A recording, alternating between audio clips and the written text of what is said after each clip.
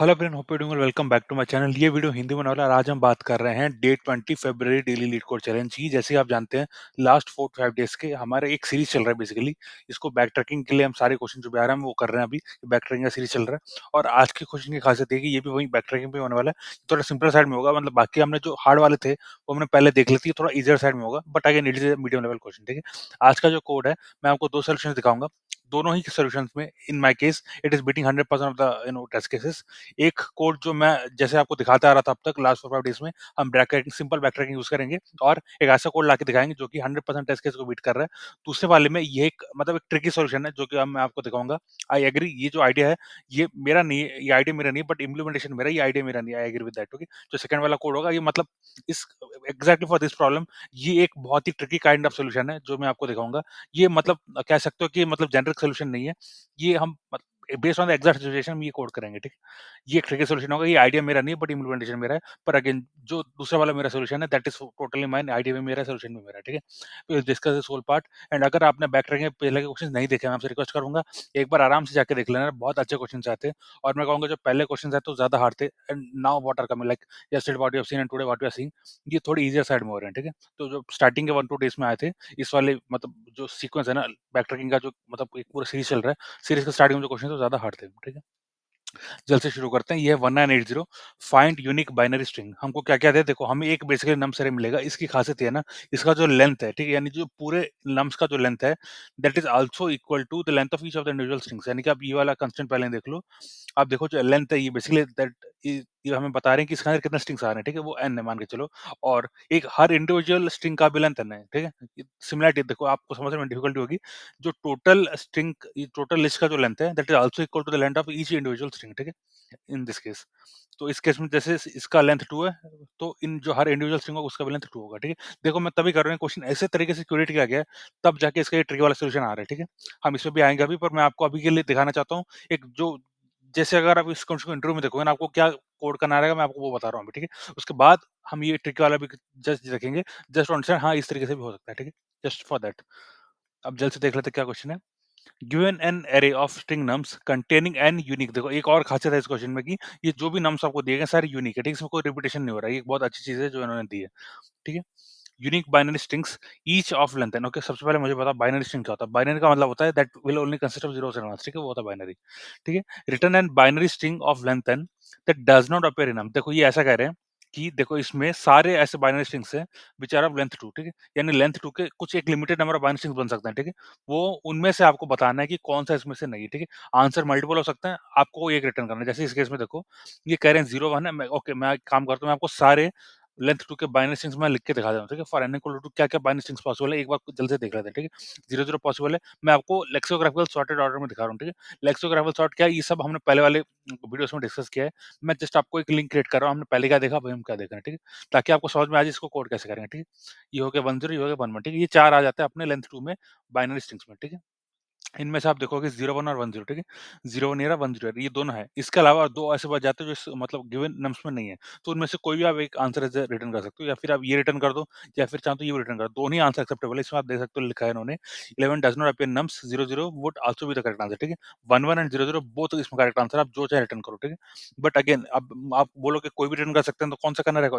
That depends on कौन से वाले को अचीव करने के लिए आपको लेस कैलकुलेशन लगता है। जैसे कि आप इसको भी रिटर्न कर सकते हो, आप इसको भी रिटर्न कर सकते हो। बट इन दोनों में से कौन से वाले को अचीव करने के लिए आपको लेस कैलकुलेशन लगा, आपको वो रिटर्न करना चाहिए अकॉर्डिंग टू मी, ठीक है? मैं आपको वो हिंट दे रहा हूँ, एज़ सिंपल एज़ दैट, ठीक है?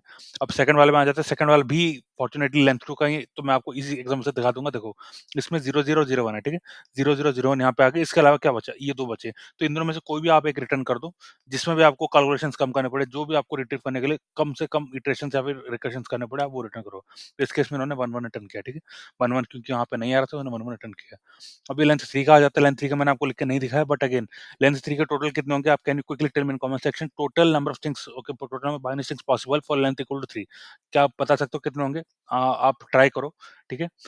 इस केस में इन्होंने ये एज़ आंसर दिया है, ठीक है? Okay, let me tell you that. देखो अगर इसमें देखो हो क्या रहा है, जैसे ये टेक्निक मैंने आपको कल भी बताई थी यार, देखो ये परम्यूटेशन कॉम्बिनेशन की ये चीज़ें होती हैं। अगर आपने वो चैप्टर अच्छे से किया होगा, I guess that was in 8th class for CBSE, अगर आपने वो अच्छे से किया होगा, ये चीज़ आपको ईज़ी हो जाएँगी। देखो, अगर आप लेंथ n इक्वल टू 3 की बात करो, ठीक है? आपके पास 3 बॉक्सेस हो जाते हैं, इन तीनों में से आपको एक 0 से 1 फिल करना है, ठीक है? तो देख लेते हैं क्या-क्या पॉसिबिलिटीज़ है, इसके 2 पॉसिबिलिटीज़ है, राइट? इसमें आप या तो 0 डाल सकते हो या तो 1 डाल सकते हो, तो इसमें 2 पॉसिबिलिटीज़ है। जो बीच वाला बॉक्स है उसमें 2 पॉसिबिलिटीज़ है, आप या तो 0 डाल सकते हो या तो 1 डाल सकते हो। Similarly for the last box also इसमें 2 पॉसिबिलिटीज़ है। So total number of strings possible is going to 2 power 6 which is 8, ठीक है? तो यानी 8 ऐसे स्ट्रिंग्स पॉसिबल होंगे, उनमें से खाली 3 इन्होंने दिए, बाकी जो 5 है उनमें से आप कोई भी रिटर्न कर सकते हो, that should be the answer, ठीक है? इवन आप चाहो तो 000 है वो भी आप रिटर्न कर सकते हो, that would also have been the answer, ठीक है? जैसे कि इन्होंने यहाँ मेंशन किया हुआ है, ठीक है? तो मैंने आपको ये भी अभी बता दिया।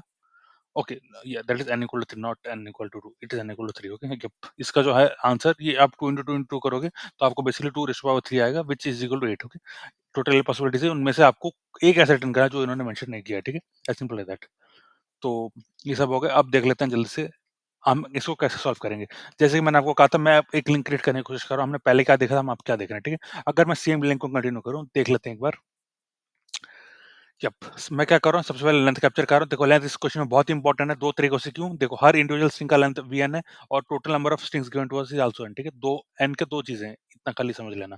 मैंने एक आंसर डिक्लेयर किया, that would be the final answer. आप देख लो एट लास्ट में वही रिटर्न करने वाला हूँ और ये जो अनरीचेबल का कॉन्सेप्ट है सब मैंने एग्जैक्ट इस बार लिखा हुआ है, जो कि मैं अभी तक आपको एक्सप्लेन करता आ रहा हूँ, ताकि आपको जो टेम्पलेट पहले मिला था ना, आप चाहो तो उसी टेम्पलेट को लेकर ये क्वेश्चन सॉल्व कर सकते हो। That's what I am trying to show you, ठीक है? देखो, मैंने 2 चीज़ आपको एक्सप्लेन कर दी। देखो इस केस में जो नई एक्स्ट्रा चीज़ आ रही है, देखो वो ये है कि मैं उसे अब सेट में कन्वर्ट कर रहा हूँ। देखो इन्होंने क्या किया है, इन्होंने इतना बोला है कि जो भी स्ट्रिंग्स ये दे रहे हैं वो यूनिक है, ठीक है? इन्होंने इतना बोला है, but they have given in a list form, आप समझ रहे हो ना? अगर मुझे चेक करना होगा कि जो स्ट्रिंग मैंने अभी मतलब रिकर्शन से जनरेट किया है, क्या वो इसमें अपीयर हो रहा है कि नहीं, मुझे अगर चेक करना होगा, तो मुझे ओ ऑफ एन टाइम लगेगा फॉर ईच स्ट्रिंग। तो आप समझने की कोशिश करो, फॉर ईच स्ट्रिंग मुझे ओ ऑफ एन टाइम लगेगा, ठीक है? इससे बेटर ही होगा कि मैं ओ ऑफ एन टाइम खाली एक बार में यूज़ करूँ और एक सेट बना दूँ। सेट बनाने में आप देखोगे, ओ ऑफ एन टाइम आपको लगने वाला है, क्यों? आप हर एक इस लिस्ट के आइटम में जाओगे और उसको सेट में ऐड करोगे, ठीक है? तो उसमें भी ऑफ टाइम लगेगा, पर वो वन टाइम एफर्ट है, समझ रहे हो ना? खाली एक बार में आपने पूरा सेट बना लिया, उसके बाद जब भी आपको चेक करना होगा कि स्ट्रिंग अवेलेबल है कि नहीं सेट में, आपको वो वन टाइम लगेगा, ठीक है? पर इस केस में मान के चलो अगर आप सेट नहीं बनाते हो, हर बार आपको एक फॉर लूप लगा के चेक करना पड़ेगा कि नम्स में है कि नहीं। तो for each string you will need O of one time, पर हमारे केस में अभी क्या हो रहा है, for each string will need just O of one time, but आपको एक वन टाइम एफर्ट देना पड़ेगा जो कि ऑफ एन होगा, ठीक है? खाली इतना मैं कहना चाहता हूँ। उसके बाद एज यूजुअल, क्योंकि हम बात कर रहे हैं बैक ट्रैकिंग की यूजिंग रिकर्शन, तो ऑब्वियसली एक रिकर्सिव फंक्शन अपने कोड में आएगा और ये वाला रिकर्सिव फंक्शन है अपने कोड में, ठीक है? मैंने नाम भी सेम रखा है, जनरेट परम्यूटेशन इसका नाम रखा है और जो भी चीज़ें चाहिए हमने वो सारी चीज़ें की हैं। जैसे ही आपको पता होगा रिकर्सिव फंक्शन क्या होता है, एक ऐसा फंक्शन जो कि खुद को कॉल करता है, ठीक है? मैं आपको दिखाऊँगा कहाँ पे ये खुद को कॉल कर रहा है। दूसरी चीज़, रिकर्सिव फंक्शन में सबसे पहला स्टेटमेंट होता है एक स्टॉपिंग स्टेटमेंट, ठीक है? एक बेस कंडीशन जो कि रिकर्शन को प्रोग्रेस करने से टर्मिनेट करता है, ठीक है? As simple as that. जो आप इसको टेक्निकल टर्म्स में कह सकते हो, जो प्रूनिंग कंडीशन होता है, ठीक है? जो रिकर्शन ट्री आपकी बन रही है, ठीक, उसको प्रून करना होता है हमें। हम वैसे कुछ करने वाले हैं यहाँ पे, ठीक है? रिमेंबर, मैंने आपको सिखाया था, देखो एक होता है नॉर्मल रिकर्शन, एक होता है ऑप्टिमाइज़ रिकर्शन, ठीक है? मैं जो आपको दिखाता हूँ हमेशा ऑप्टिमाइज़्ड होता है कि आप देख रहे हो जैसे हमें आंसर मिलता है, हम ऐसे तरीके से रिटर्न कर रहे हैं, देख रहे हो यहाँ पे रिटर्न ट्रू हो रहा है, रिटर्न फॉल्स हो रहा है। तो रिटर्न ट्रू होने पे जो भी मतलब इटरेशन चल रहे हैं उन सबको ब्रेक करके हम रिटर्न कर रहे हैं, ठीक है? ये वाला ऑप्टिमाइज़ रिकर्शन होता है, ठीक है? अब देख लेते हैं क्या-क्या हो रहा है। देखो, मैंने यहाँ पे जो भी चीज़ें मैं ऐसे रिफर जो भी चीज़ें ऐसी हैं जो कि मैं इस फंक्शन के बाहर से रिफर कर रहा हूँ, ठीक है? जो भी इस फंक्शन के बाहर से मैं रिफर कर रहा हूँ, मैं उन सबको नॉन लोकल यहाँ पे डिक्लेयर कर रहा हूँ, ठीक है? आंसर हो गया अपना, एन हो गया अपना, नम सीन हो गया, ठीक है?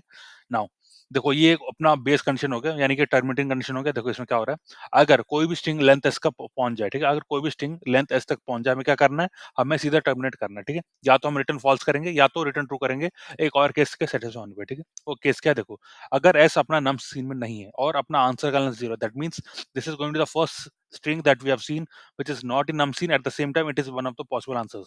तो उस केस में हम इसे एज आंसर डिक्लेयर करेंगे और रिटर्न ट्रू करना स्टार्ट कर देंगे, ठीक है? मैं आपको फिर से बोलता हूँ, देखो एक ऐसा स्ट्रिंग होना चाहिए जो कि हमने नहीं देखा। देखो आप पूरा सीक्वेंस समझो, इस स्ट्रिंग का लेंथ भी n है, ये ऐसा स्ट्रिंग भी है जो हमने अभी तक नहीं देखा, एट द सेम टाइम अपना जो आंसर था वो भी अभी तक हमने असाइन नहीं किया, okay? Length of answer is 0, okay? आप देख रहे हो ना, मैं एग्री करता हूँ कि इस चीज की जरूरत नहीं थी, क्योंकि जिस हिसाब से हम रिटर्न ट्रू कर रहे हैं, हो सकता है कि ऐसा कभी केस आए ना, कि मतलब समझ रहे हो ना? देखो आइडिया ये था कि अगर हमने एक आंसर में कुछ स्टोर किया हुआ है पहले से, तो हम रीराइट ना करें कुछ भी, ठीक है? ऐसा आइडिया था।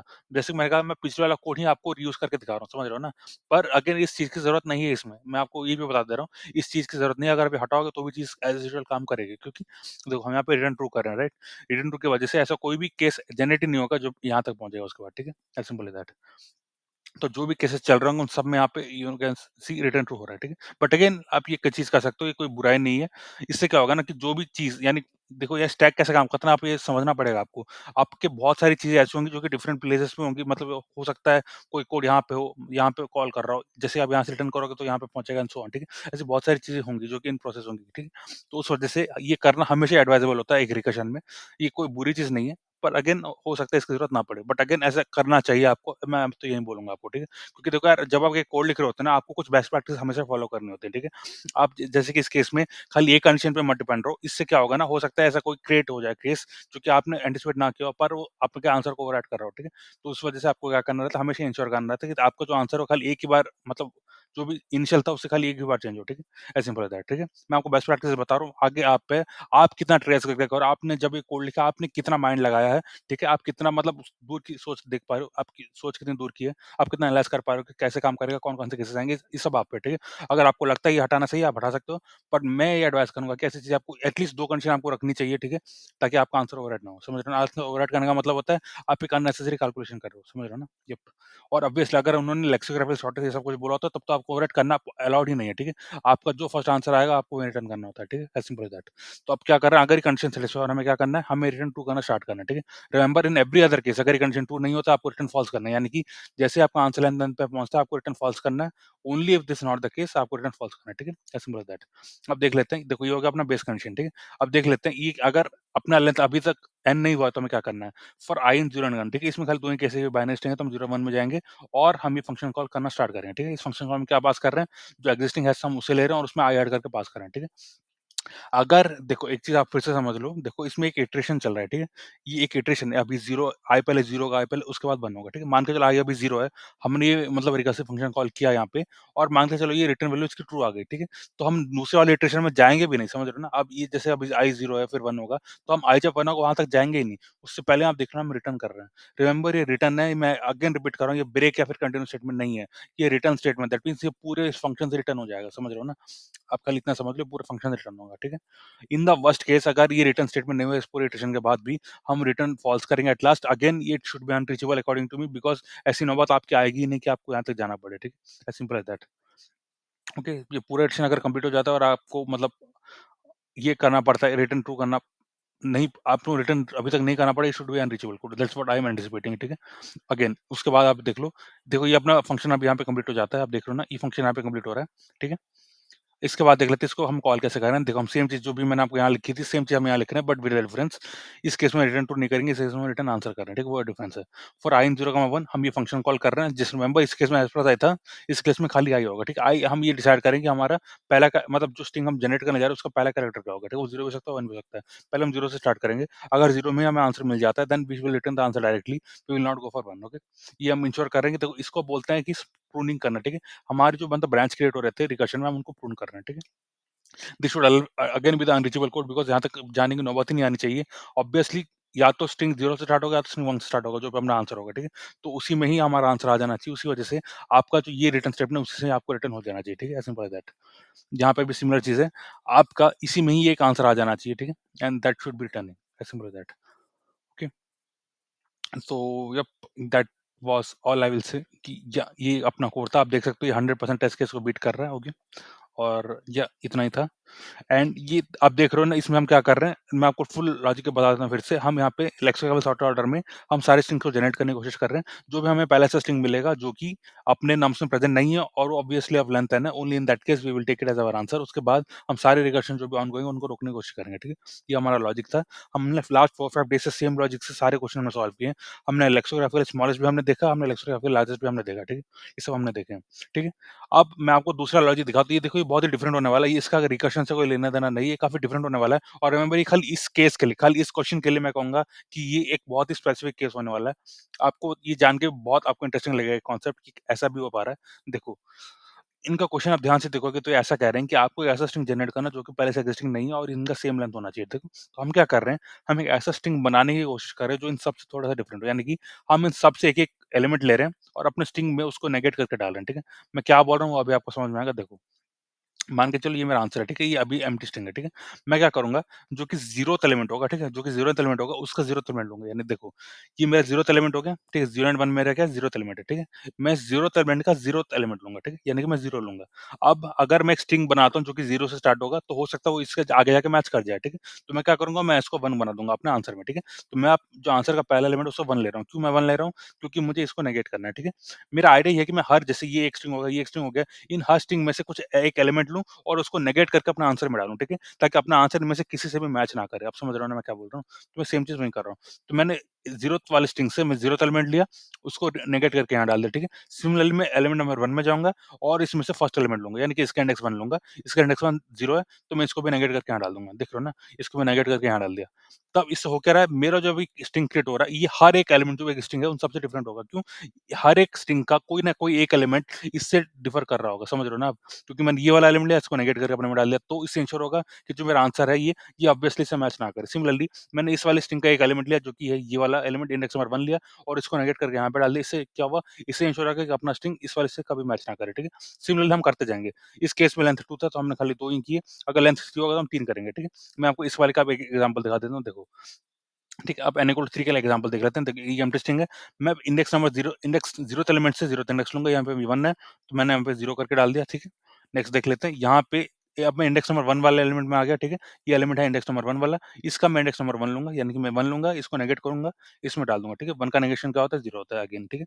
Similarly okay, okay, yup. इसका भी बनोगा ओके, लास्ट हम ये वाला एलिमेंट लेंगे, ठीक है? इसमें हम क्या लेंगे, ये इंडेक्स नंबर 2 का एलिमेंट है, तो हम इसमें भी इंडेक्स नंबर 2 लेंगे, ठीक है? आपने ये वाला 1 लिया, इसको भी मैंने नेगेट करके यहाँ पे डाल दिया, ठीक है? तब आप देख रहे हो जो मेरा आंसर बना, ये इनमें से किसी से भी मैच नहीं करेगा, क्यों? बिकॉज़ क्योंकि हर एक एलिमेंट का कहीं न कहीं डिफरेंस होगा, ठीक है? जैसे यहाँ पे 1 है, यहाँ पे 0 है, तो इस वजह से ये इंडेक्स नंबर 0 वाले स्ट्रिंग से मैच नहीं करेगा। यहाँ पे इंडेक्स नंबर 1 में 1 है, यहाँ पे इंडेक्स नंबर 1 में 0 है, तो अगेन ये इंडेक्स नंबर 1 से मैच नहीं करेगा। सिमिलर इंडेक्स नंबर 2 में यहाँ पे 1 है, इंडेक्स नंबर 2 में यहाँ पे 0 है, तो अगेन इंडेक्स नंबर 2 वाले स्ट्रिंग से भी मैच नहीं करेगा। आप देख रहे हो ना? इस वजह से जो स्ट्रिंग जनरेट हो रहा है, इसमें से हर एक से डिफरेंट होगा, ठीक है? एट द सेम टाइम ये लेंथ इसका इसके सेम ही होगा, ठीक है? तो ये भी एक बहुत अच्छा लॉजिक है, ऑफ ऑफ एंड टाइम में बेसिकली आप एक आंसर जनरेट कर पा रहे हो, ठीक है? इस वाले केस में भी आप देख रहे हो कि 100% टेस्ट केसेस को बीट कर रहा है, ठीक? ऑब्वियसली करना भी चाहिए, ठीक? अगेन अब मेरा वाला सॉल्यूशन में भी आप देख सकते हो 100% टेस्ट केस को बीट कर रहा है, इस वाले में भी बीट कर रहा है। अगेन ये ज़्यादा ऑप्टिमल होगा according to me based on the space and time complexity. But again इस सॉल्यूशन को during a face to face interview code कर पाना, आई विल से देखो आप ये बैक ट्रैकिंग से कर सकते हो बिकॉज़ जैसे कंस्ट्रेंट्स हैं, ठीक है? अब देख लो जो कंस्ट्रेंट्स हैं, जो जी चीज़ें दी हुई हैं, मेरे हिसाब से the most generic solution that you can in that interview will expect from you is going to be backtracking, ठीक है? उसके बाद अगर आप ये वाला कोड कर पाते हो, जो कि मेरे हिसाब से कि ये एक्सपेक्ट करना बहुत ज़्यादा हो जाएगा, ये क म क्योंकि ये टू मच है यार। अगर इसमें कंस्ट्रेंट ज़्यादा दिए होते, देन या वी कैन एक्सपेक्ट कि हाँ, ऐसा कोड आप ट्राई करो। बट क्योंकि आपने कंस्ट्रेंट ऐसे दिए हैं, तो मुझे तो नहीं लगता कि कोई भी जैसे जो इंटरव्यू अटेंड कर रहा है, फिर जो इंटरव्यू ले रहा है, उनमें से कोई भी एक्सपेक्ट करेगा ऐसे कोई कोड, ठीक है? ये मेरा ओपिनियन है, आपका ओपिनियन डिफरेंट कर सकता है, ठीक है? But according to me backtracking for this kind of constraint will be definitely good one. आप देख भी सकते हो, मैंने प्रूव भी करके दिखाया है, ये 100% टेस्ट केस को बीट कर रहा है। और ये वाला जो ऑप्टिमल सॉल्यूशन ये भी 100% टेस्ट केस को बीट कर रहा है, ठीक है? दोनों ही बीट कर रहे हैं। So both are good but again ऐसा वाला कोड आप कर पाते हो तो that's great, otherwise also that should be good, okay? एक और चीज़ मैं आपको बता देना चाहता हूँ, देखो बहुत बार ये होता है ना जो इंटरव्यू में क्वेश्चन आता है वो आपको कुछ टेस्ट करना चाहते हैं, ठीक है?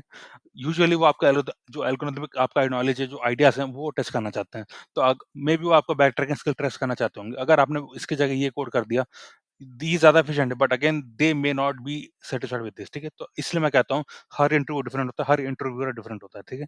इसलिए आपको पहले इंटरव्यूअर से यार आपको समझना पड़ेगा वो क्या एक्सपेक्ट करना चाहता है आपसे, ठीक है? आपको उस हिसाब से काम करना रहेगा। हो सकता है देखो टीसीएस जैसे कंपनीज़ में क्या होता है ना, टीसीएस, इन्फोसिस जैसे कंपनीज़ में मैंने ये सुना है कि अगर आप ज़्यादा ऑप्टिमल सॉल्यूशन कोड करो तो वो आपको कंसिडर नहीं करते हैं। बिकॉज़ उनका एक मतलब सेट ऑफ आंसर्स होता है, वो उसमें से ही एक्सपेक्ट करते हैं आपसे, समझ रहे हो ना?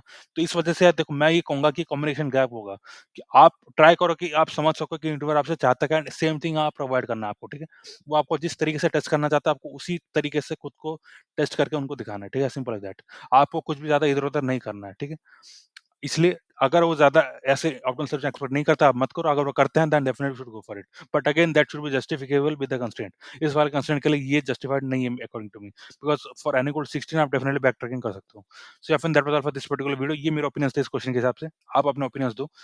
But I felt this was a really nice question. अभी तक हमने जो भी एक सीरीज़ देखी है बैक ट्रैकिंग में, मुझे तो बहुत मज़ा आया इन क्वेश्चन्स को करने में।